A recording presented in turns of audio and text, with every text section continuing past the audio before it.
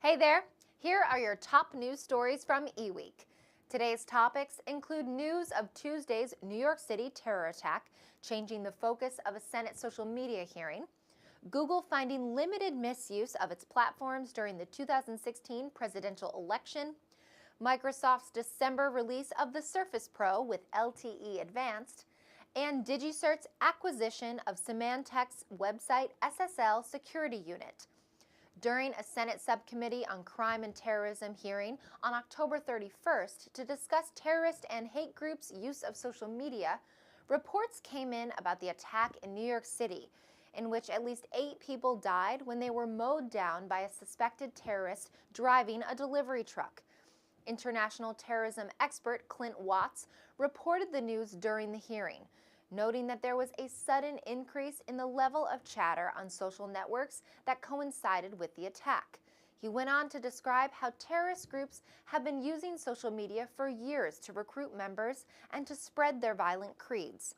A few years ago, Watts said, "I watched from my laptop and cell phone as thousands of young men and women used Facebook, Twitter, and later Telegram to join ISIS, helping pave their way to becoming the Islamic State and executing never-before-seen terrorist attacks on many continents." He added that he's also encountered Russian influence efforts on social media. Prior to Watts' testimony, lawyers for Facebook, Twitter, and Google testified before the Senate subcommittee about what their respective companies were doing to prevent Russian interference with the U.S. political activities using their respective platforms. The day before the hearing, Google said that although an internal investigation has found evidence of its online platforms being misused by actors linked to a Russian propaganda firm during the 2016 U.S. presidential election, the misuse was limited in nature and something that the company is working on stopping altogether in the future. According to Google, 18 YouTube channels were likely associated with the Russian misinformation campaign, which included a total of 1,108 videos with about 43 content hours. Starting 2018, Google will release data about who is purchasing election-related ads on its platforms and how much money is being spent on these ads.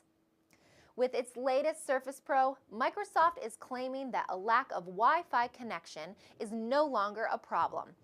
Due in December, Microsoft's new Surface Pro with LTE Advanced will allow users to connect to compatible 4G cellular networks.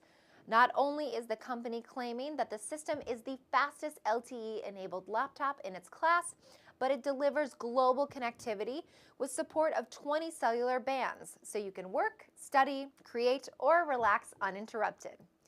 Microsoft is basing its claims on LTE Advanced download speeds of up to 450 megabits per second, compared to the 300 Mbps speeds typically attained by rival LTE laptops and 2-in-1 devices with 12 or 13-inch screen sizes. DigiCert announced on October 31st that it has completed its $950 million acquisition of Symantec's website security and public key infrastructure business assets, which include the company's SSL TLS certificates. The deal was first announced on August 3rd, with the goal to help improve the PKI infrastructure for Symantec's certificates, which had been under scrutiny by Google and other web browser vendors. The whole point in putting DigiCert and Symantec together is about consolidating the technical side of business, John Merrill, DigiCert's CEO, told eWEEK. Some of the platforms on the Symantec side were a bit older and had been called into question by Google, while our platforms are generally more modern, he said. SSL TLS certificates are a foundational element of Internet security, helping to enable both encryption and authenticity for websites. Thanks for watching. Follow the links on this page to learn more about the stories mentioned in this broadcast. And check back every weekday for another daily tech briefing from eWEEK.com.